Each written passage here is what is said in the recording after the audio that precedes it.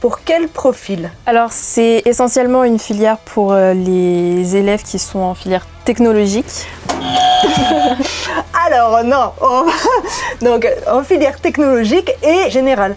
Donc il faut aussi avoir choisi des matières scientifiques pour le bac et des options scientifiques. Et aussi avoir fait quand même des maths, de la physique, de l'informatique. Toutes ces matières-là sont indispensables pour rentrer dans cette filière. Le contenu des cours. Alors le contenu des cours, c'est quand même les bases des matières scientifiques. Donc il y a une bonne partie de maths et de physique. Hein. Vous connaissez quand même bien les maths et la physique. Évidemment, après c'est une filière qui est orientée info. Donc il y a de la programmation, du réseau et voilà tout ce qui touche à l'informatique. Combien par classe? Ça dépend des matières, ça dépend des cours. Il y a quelques cours en amphi où vous allez être nombreux, hein, puisque vous Cette année on est une centaine. Voilà, une centaine. Et puis après ça va jusqu'au cours d'anglais où on est 15. Voilà, 15 en groupe d'anglais et après en groupe de TD une vingtaine. Pourquoi avoir choisi cette filière? Alors moi j'ai choisi cette filière parce que je savais pas trop quoi faire en fait.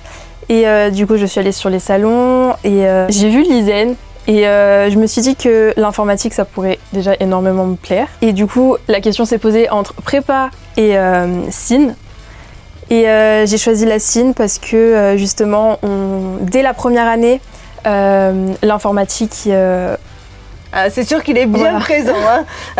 Dans la formation, vous en faites quand même beaucoup plus que dans le programme de prépa classique. Qui est un plus en fait, je trouve. La formation dure combien de temps?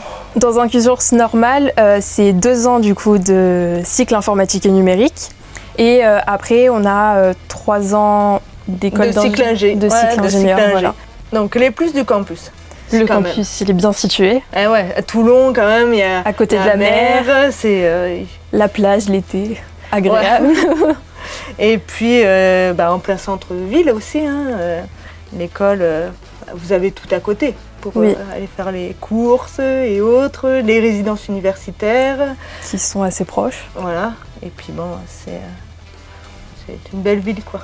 Et une bonne ambiance entre les étudiants, de nombreuses associations. Donc c'est une vie riche, une vie étudiante agréable. Voilà, assez riche. Comment se fait le passage dans l'année supérieure? Évidemment, il faut valider chaque semestre, hein, c'est une validation semestrielle. Puis c'est à la fois et du contrôle continu, hein, parce que c'est quand même un rythme un peu intense, et une phase d'examen à la fin de chaque semestre pour voir si toutes les compétences sont bien acquises du semestre. L'international et l'anglais. Alors pour être ingénieur, déjà, l'anglais c'est important, c'est très important. Cette année, on a 2 heures d'anglais par semaine. Les 2 premières années sont faites pour préparer la certification. Donc, il y a différents niveaux de certification à préparer. Et puis après, l'international. Et puis, vous avez aussi la possibilité de partir au 2e semestre de la 2e année. Alors, pour les bacs généraux seulement. J'ai pas compris la question. Non, pas seulement pour les bacs généraux. Il y a aussi les bacs techniques, les STI 2D, les STL qui peuvent rentrer. On fait quoi après cette filière? Alors après cette filière, évidemment, on poursuit ses études en cycle ingénieur, hein, puisque c'est la prépa intégrée donc, qui donne accès au cycle ingénieur. Et puis, vous avez accès à tous les domaines et les options de l'ISEN. Donc, c'est pas parce que vous étiez en informatique que vous ne pouvez pas rebasculer en système embarqué ou en IoT ou en ingénieur des affaires. Toutes les options de l'école vous sont ouvertes. C'est pour ceux qui kiffent l'informatique. Non, c'est pour toutes les personnes qui seraient quand même un minimum intéressées par l'informatique. Et après, maintenant qu'on en fait, on aime bien ça. Vous avez pris le virus.